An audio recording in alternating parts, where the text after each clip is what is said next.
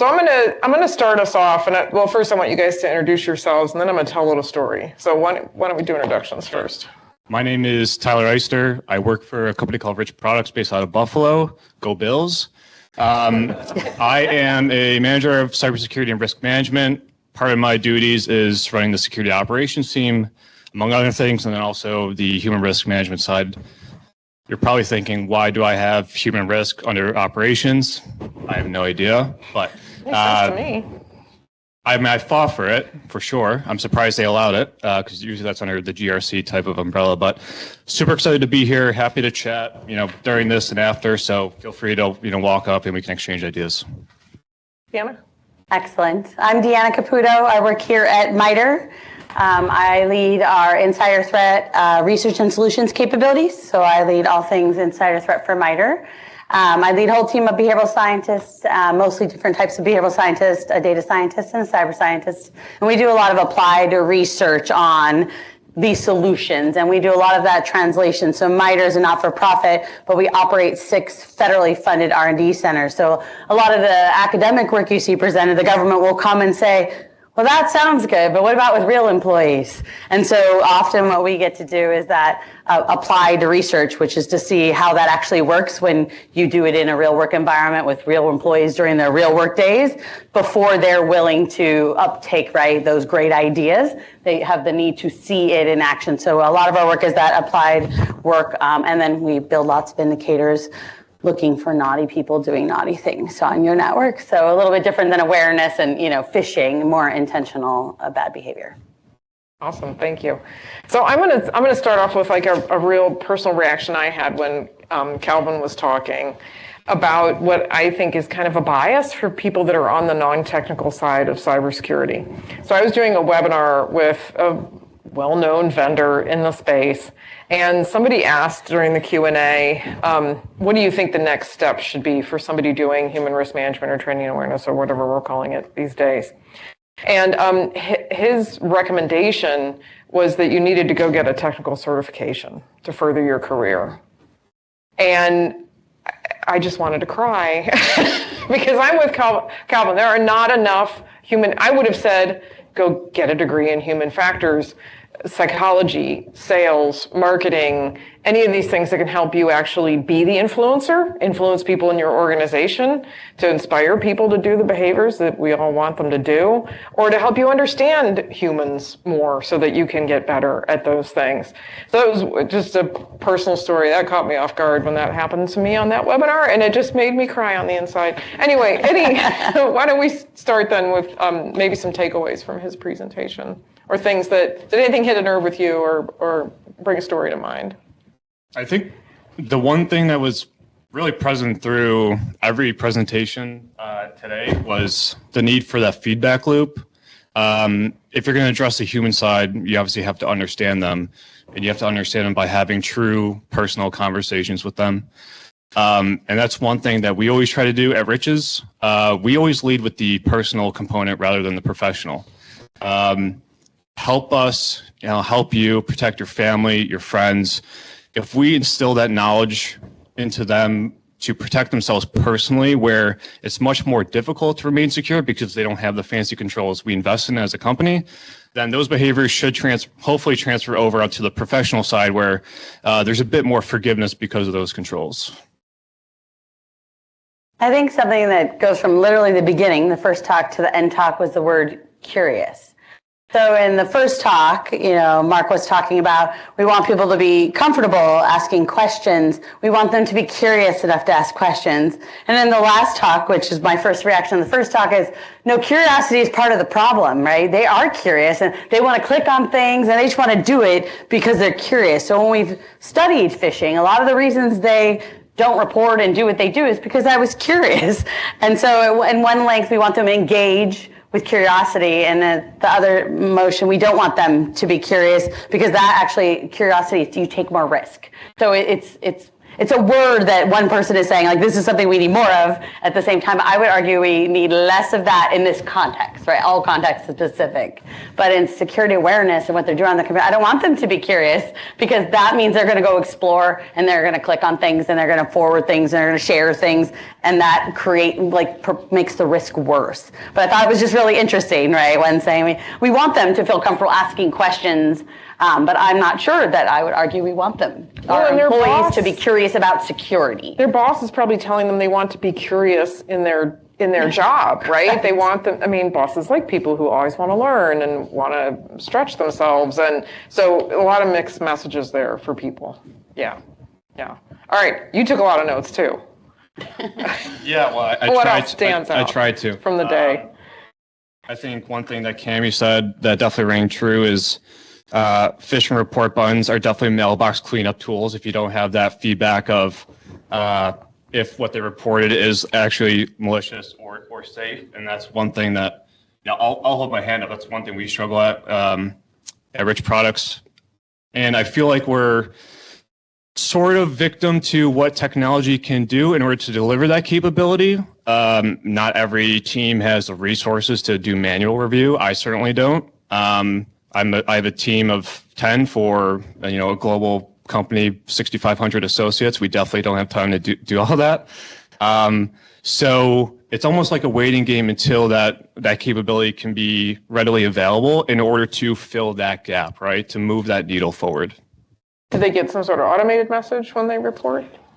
So is there any feedback at all? They can, but we have limitations within that because of language translation requirements to fit the different, markets. Yep, yeah. Exactly. So one thing that we're trying to get better at, and at least, just start chipping away to get that conversation going. But by all means, the final product is not readily available for us. Any thoughts about feedback loops, Deanna? Well, I noted on Cammie's comment that she said, people rarely give feedback on success. I would argue that's not true anymore. I don't think it's rare. I don't think everyone can do it and it's done. But there are lots that do. But then employees get into the weeds of what that feedback says and what it doesn't say and how specific it is. It can only be so specific. If it's part of the campaign, they know it was a real phish and they can say, good job, and it says that. If they don't know, what are they say thank you for giving this and being vigilant and paying attention, and like here it then says, and make sure you always use your phishing button to report phishes. I'm like, but I just did that, right? Now you're telling me but I just did that. So then you can pick apart like what that feedback looks like. I haven't seen a lot of or enough research on what it needs to look like either. I do think if there was more concrete on what it needs to look at and the benefits of that if I actually sent, you did a good job emails, and that actually either increased your reporting and definitely increased your reporting of things that we want you to report and not just reporting everything, I think that would give the program leads more ammunition to push that we should give them feedback. So I think this is, again, part of the purpose of impact, which I love, which is the practitioners and the researchers, right? Researchers say you should this. Practitioners, well, we need this kind of research before I think they could push back on their leadership to get whatever resources to do that. And this is a good example of that. So, right, everybody's trying to do the right thing, but I think that it's going to take work to give them the right kind of feedback, so the researchers need to do that first, and then the practitioners can advocate harder to make that happen. And so I think that's a great connection point of what people need to be doing as a team kind of in this world. I think some of the best practices I've seen there are when the security team is plugged in with in a corporate setting, a corporate communications team, the internal comms team, and they look at that feedback and any other pop-up you're going to get about a potential policy violation or anything else that is being served up to employees of the company as coming from one consistent voice and expressing the values of the organization consistently so that it doesn't look like a disparate message, it doesn't look like a gotcha from the security team, or it's not inconsistent with all the other communications. Those are all different touch points coming from your employer. And for employers where culture is really, really important and they put a lot of work into that, then I think those messages kind of come under that umbrella of does this fit with our values? Does this say the things that we want to say to employees to encourage them and all those things. That's kind of human-centered design, Yep. right? That's what that means. Where you're telling, the technology should represent the culture and the communication you want consistently across everything. Technology can facilitate that, but somehow the tech comes first and people are using it versus what should we use it for and how should it be represented. That seems to come last because there's nobody there pushing that button of let's figure out what it's supposed to say. Let's figure out what's going to be most effective because there aren't the expertise in that on most of these teams. Right. They don't have human-centered engineers. They don't have usability experts. They definitely don't have psychologists.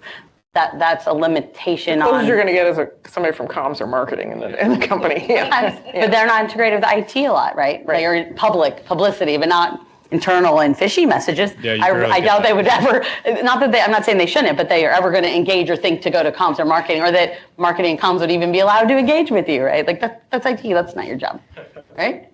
I mean, that's how it's divided. Yeah, I think for us, we've made our staff, our associates, way too skeptical. You're talking about the different tones and voices from messaging just up throughout the company.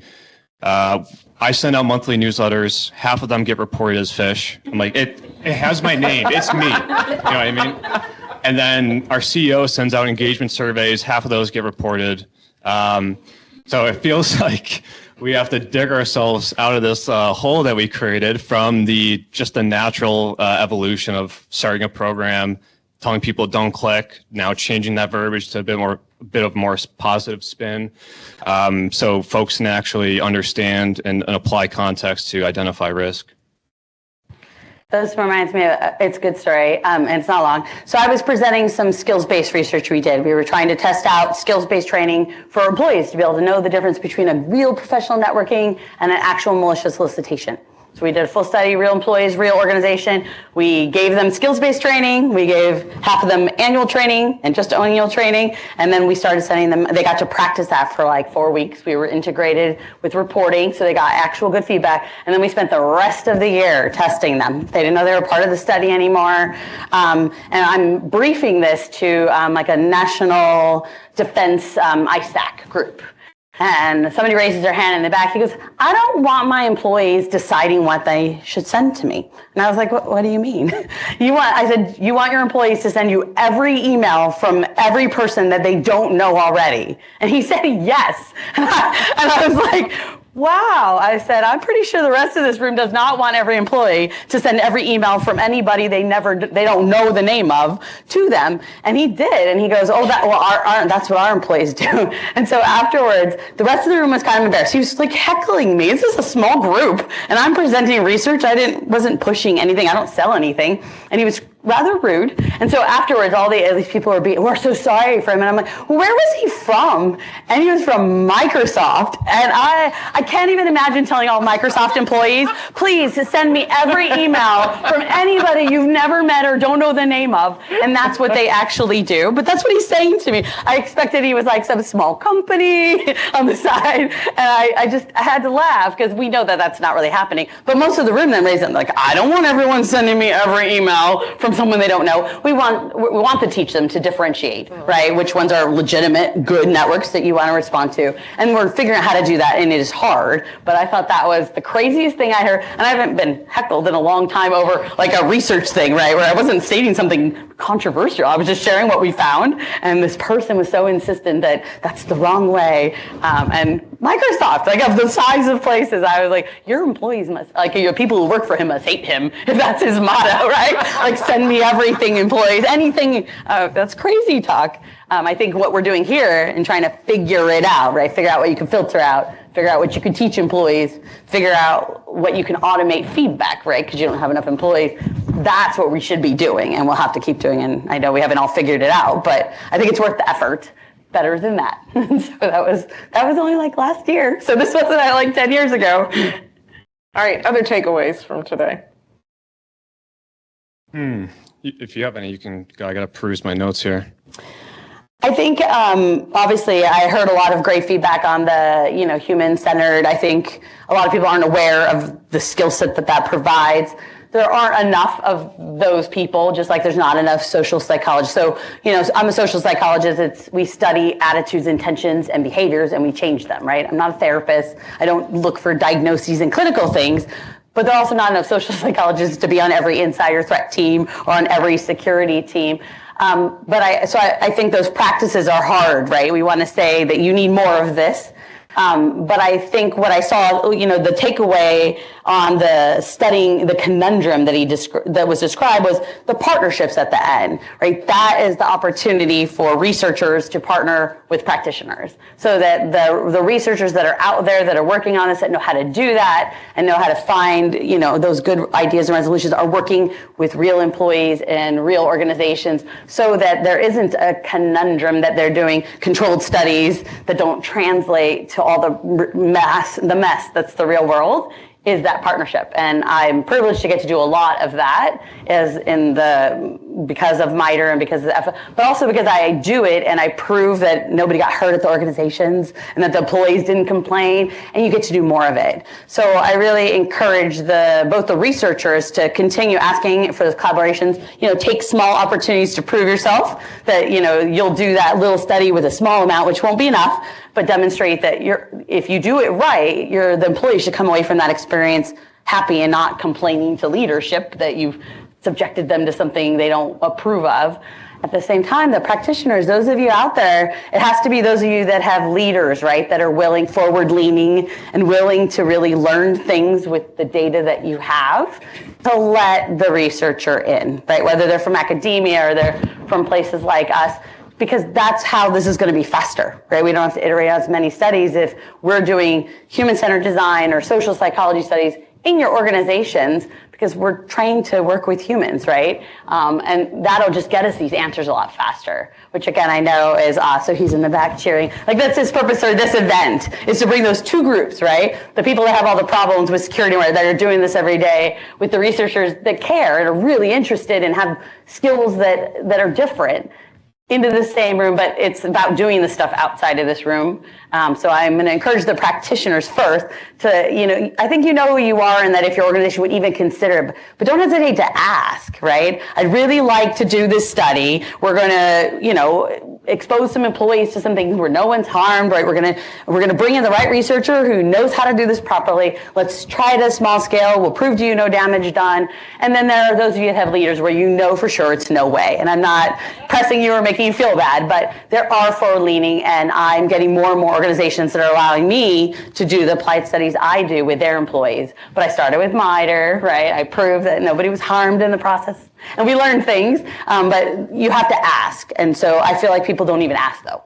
And if you don't ask, you might be surprised at a CISO or a CSO or a CIO that will let you actually work with the security team and do some studies, whether it's on phishing or the other things with the data you have, or let you in the door to see the data, right? The question is, they won't let you take the data out because there's some error in that, right? People report the employees they don't like. I loved that. They report lots of other weird things just to be funny. I think they think they're funny. And so, but just like I don't delete any of my proof point summaries, because it filters out things that shouldn't be filtered out. Like, there's an error rate on both sides. So just like they don't want to give out all their data outside their walls, I don't ever delete those, because I find a government one in there every so many. So when free time, I have to go through and look, because there's an error rate in the filtering done at the mail server. And so I think that there's work to be done, but if you don't ask, you're never going to get a yes. So that would be my takeaway. I think what you're mentioning between practitioners and researchers, those same principles, from my point of view, is what you should be applying to your security team and your end users, right? Your non-IT folks. It's very tough for a security team to say, all right, let's find out, what's going on in their heads and run a focus group. We don't know how to run a focus group, right? We're not in communications. Talk to the marketing department. I know, right? And they're gonna be like, yeah, we got other priorities. But you have to try, and that's why I find activities like security champions, ambassador programs, whatever you want to call it, so beneficial in terms of actually getting to what we're all here for, which is risk management, risk reduction. You have to establish that partnership with those associates to truly understand what they're seeing in their day-to-day, because everyone's day-to-day is so much different. Hear their feedback on security control pain points, right, the human factor component, but also educate them on how you're holding up your end of the bargain. I talked to our VP of culture at our company, and it was just a general conversation of how do we improve security culture, whatever that really means. And she said, make sure users know how you're holding up your end of the bargain. So advertising, hey, if you report this, our AI tools will rip it from everyone's mailbox, saving you from a major incident, right? If you report this, you will get feedback on what you reported. So exploring those avenues, I think, are just so critical to the achieving the end goal that we all want, which is that risk reduction. We used to use, at a company I worked for, I wrote newsletter articles about actual incidents that I know a lot of times those don't go anywhere, but maybe a board presentation or a XCOM presentation, you don't share a lot of that information. But we scrub them enough that we could say, like, here's a bad thing that happened, and usually there's a role an employee plays in there somewhere. Somebody didn't do something or did do something that set off the chain of events that eventually caused a security incident.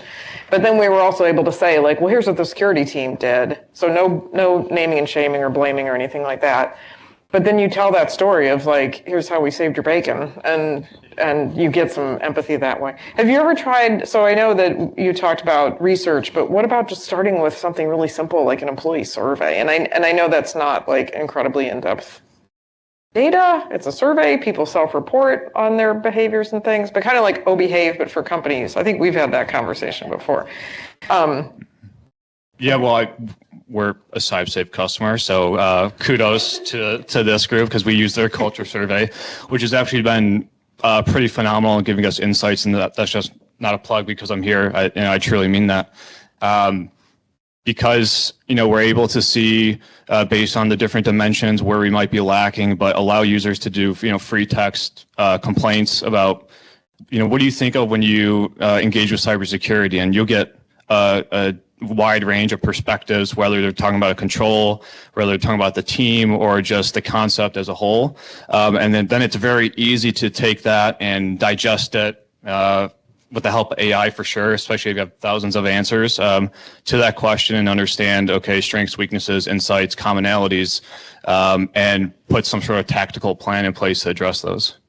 When we started doing OBehave, and I was talking to Deanna about it, I was really jealous because she doesn't have to rely on people telling you whether or not they use MFA. She gets to watch over their shoulder and see if they do MFA in her research. But anyway, other takeaways. You still got notes on your page. Yeah. I mean, there's a lot of notes, just random ideas, but I think one thing, going back to Calvin's presentation, which Calvin, incredible energy. I enjoyed that so much. I feel like it's not as easy as it sounds. Of course not. Introducing human factor, that sort of thinking into improving security controls is technology dependent, sort of what I was talking about before. An easy example is when we implemented MFA across the organization.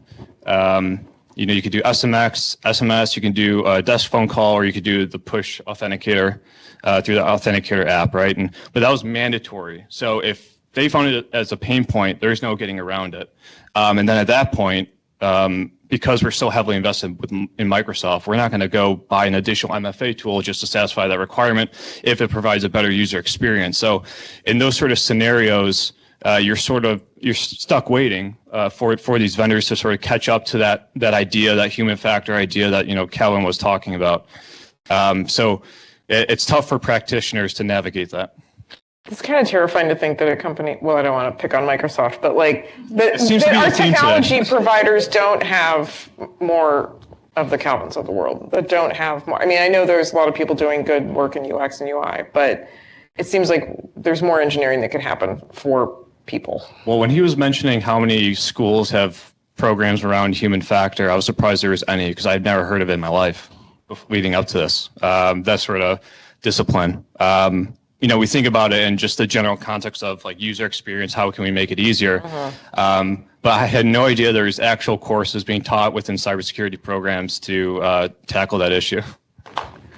But that was being done even before those courses, right? So this was pre-Julie, so we didn't work on this. But we were funded and worked with NIST in 2012 on barriers to usable security, published all out there. And there was 3 companies that brought in a usability person, and we were gonna show, right, how it worked and how they were integrated, how it was successful, show the bigger companies, only to find that they really weren't doing usable security. Fascinating result. But we wrote up a whole bunch of barriers, right? Meaning like, you're not the user, UIT people, right? They have this notion that like they can represent how a user is going to respond. And so we literally developed shirts that says, I'm not the user, and like handed them out like, please remember, you're like the super user, right? You know so much more. You are not the person. We just introduced them to my mom. Yes, exactly. But that was 2012, and we're still having that conversation, and we're surprised by presentations like that when there are lots of skills. So what were they doing that they thought was... Well, they were going to bring in a usability person. Some of them did what you mentioned, which is leverage those skills from other people in the organization. I don't know that, I think it was comms, maybe marketing, and that's a good idea, and you should be doing that. But they weren't, or they brought them in, but they didn't really get to have their input until the end, which is then bolt-on usability, right? That's not what we were trying to show. Like, they were supposed to be the successful case where we could figure out like why it worked, right? So that we could articulate that, make it easier for others. That was the point of going in and doing that, because that demonstration does help other organizations get those opportunities, but they really weren't doing it that way. And so instead we found out the reasons why they weren't doing it like why that usability person wasn't getting the placement and the access and what needed to change, or the mindset change. Like I said, they don't let them go talk to users. They get to talk to IT people and security people. And I was like, well, then they know that, but like, why doesn't that not work? And so we wrote all that up and, shared all of that. And yet here we are, 13 years later, still talking about the fact that those skills are out there, and they've been out there a long time. And so again, the conversation has to keep going. But I think I don't know how we get past the notion that they have to be within our club. I feel like it's almost like the blue wall and police officers, right? I wanted to be a jury and trial consultant. I wanted to work with police. I did eyewitness lineups, and I got my PhD, and I went to police departments, and they're like, you have to go to the police academy. And I was like, hell no, right? Like, I didn't go get a doctorate to go. But I feel like security is a little bit like that, though. Do you really want people with other non-security skill sets in your club? Maybe people need to think about that, right? I don't think we think about it, but it's controversial to think about. I'm going to give a plug for a session I'm giving with Jen DeBerg from Security Communications at MasterCard at RSA on the Thursday morning of RSA. The title of the session is "The Value That I Bring Is That I Don't Know Anything." And that's the value of having that kind of person on the security team, and why you need somebody. Someone who knows humans. Right. There's a value to that. But doesn't know technology. Just because you're human doesn't mean you really understand humans. Yeah. Why don't we go to some questions? I saw a question over there. Metadata to read the transaction. How it traces through the network. I'll get my mom right on that. I'll show you a quick story out of Skyscanner. I used to send a lot of students over to Skyscanner. This is not security related, it's more HCI related. The Skyscanner every Friday puts a random user in front of the Skyscanner webpage. It has them attempt to book a flight. And this is done think aloud style. And no one interrupts them if they end up off the Skyscanner website. No one interrupts them until they feel like they are done. They videotape this and they ship it to the entire company. Nice. Wow. And so I had so many stories from my students who ended up at Skyscanner and come back and say, this horrible thing we had to watch every single week, in which it's the most painful thing you can imagine, watching a user attempt to use this website that we are designing. And I think about that, and I think about kind of some of what we're talking about, like, why are we not, once a week grabbing a random poor soul, sitting them down and saying, I wish you to log into this website here, and then making the entire security. So you just gave me That's a a really great great idea for our aging adults campaign that's coming up. Like we could just do man on the street in like the villages in Florida and, and have people come sit and just record. great. Like that's fantastic. Sounds- Yeah, they do really Sounds struggle. like it could be a bit dark, like a security version of Saw, where you just put them in. Doesn't have to be that bad. That bad. The user's unharmed, right? They're annoyed maybe, but they're unharmed. Yeah. They're compensated and it's not their face that's being videoed. And HR is But it's okay with real. It's not a joke, right? Like I think it has an impact. Engineers need to see it. Yeah, Mark. Oh, sorry. I think it's such a great topic because once in my career, I was one of the launchers of broadband internet in the U.S. When we first started trying to sell broadband internet, I was the first GM for Comcast. We couldn't sell it. We couldn't convince people that you can get internet over the television. And the marketing material we had was very esoteric, very technical. It was just kind of like the way we teach fishing and all these other things today. And that everything changed when my marketing manager and I brainstormed the idea. We said, we threw all that crap out, and we went to some people who were early adopters, and we taped them. And they talked about stuff that we never thought of that would be focused on. They talked about, man, I downloaded this video and how quickly I could even see the wrinkles on Ronald Reagan's face. You know, that was important to them. And the enthusiasm of those became all of our marketing. And our sales rates just took off through the roof. From us phishing and cybersecurity, I'm wondering if we need to put more focus on that kind of promotional and marketing of having grandmothers or having the secretary to the CEO who's 62 years old explain why she clicks the phishing button. You know, it's things like that may help us change that psychology and change that culture. Because that's what worked with broadband internet. I think the underlying tone in all that is making it personal to where it obviously resonates more with that individual. And then sort of, showcasing, one thing that we did was we put together sort of just a custom training for our chairman and the family that owns the company. And part of me wanted to be like, well, if she can do it as the chairman, why can't you, right? And so if you have the relationship with that ownership and those senior leaders, definitely take advantage of it. Vulnerable senior leaders go a long way, actually. Yeah. Mark? Yeah, just to Tyler's point earlier, about 10 years ago, I designed and developed a human factors and cybersecurity course, and then teach it every year since. So there are some of them out there, but I agree we need a lot more of them out there, and there is interest in them. And I think it's one of those things because it does bring in multiple disciplines together, which I think a lot of people find interesting. I think the other thing that's interesting about it is that it also, I think, brings in more diverse students in there because it's not just a straight technical thing. So I think it brings in more a diverse number of students with diverse interests. All right, I was told to be controversial, so this is what I'll do. So if, I will counter the multidisciplinary versus interdisciplinary, right? The concept that we water down the expertise and we expect one person to be able to do all of that. And I will be the one that challenges that. I will use cyber psychology as the example, right? So I hired a whole team before in CyberThreat that only did cyber, human behavior and cyber. Laura Danley was here somewhere. She was one of the ones who's still doing all of that.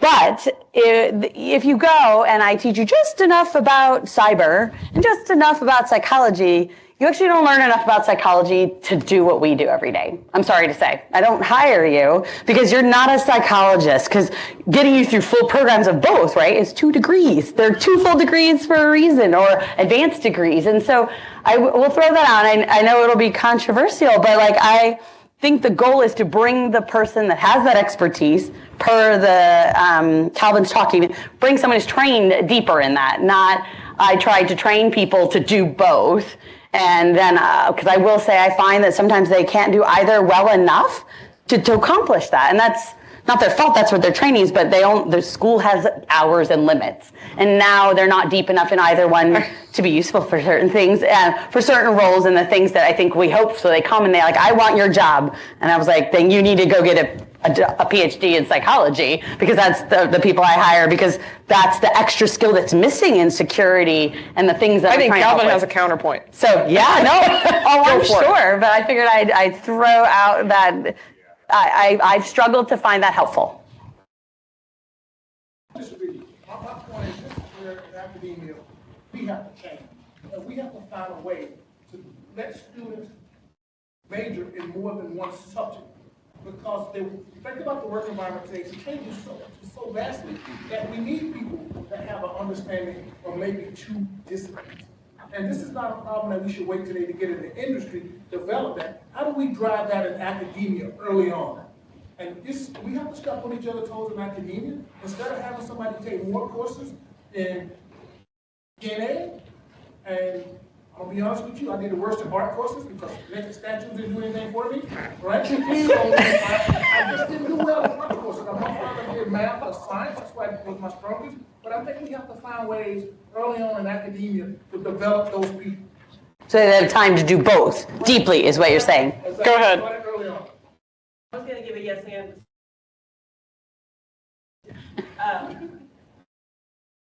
Yes and those courses are still super, super important so that people know what they don't know. Exactly. They know Yep. this is a thing I need to bring something about it because, to your point, most people coming through don't even know it's a thing they don't know to go ask about, and so it never even gets asked. Sure. I Yeah, think and that's a really programs. good I point. agree with courses. No, absolutely. having technical people understand that there are things about humans that they don't understand would be really, really helpful. Yeah. I would argue that I don't necessarily need to see people with depth in all the areas, but I need them with the language. I mean, the most valuable skill, FSS, bluntly speaking, is the ability to have conversations with people in different fields, and maybe not fully adapt to their language, but get far enough that I'm just going to pick on the word context. AI means when they say context, they do not mean what we're talking about. They mean you have built a full vector of all the words and are properly looking at all the words in there. That is what context means in AI. So if I walk in and I give the same presentation I did today, the AI people, there's been half of it being very confused because I've now used the wrong word. And I'm just not speaking their language.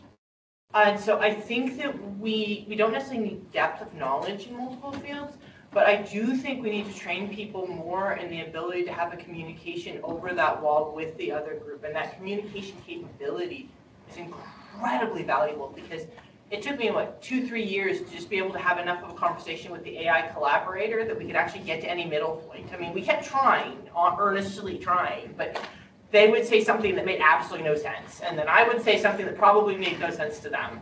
And we're just on different planets communication-wise. Right. All right, Mark gets the last word, and then we're going to let Oz close us out. Yeah, I agree with you if the goal of having every human factors course is to train scientists to do scientific research, particularly in human factors of cybersecurity, but that's not the goal of most of the human factors course. Again, piggybacking off that, it's to have people have the knowledge, the framework to go into industry or to other places to be able to help advance that in various capacities, whether it's education, training, or awareness.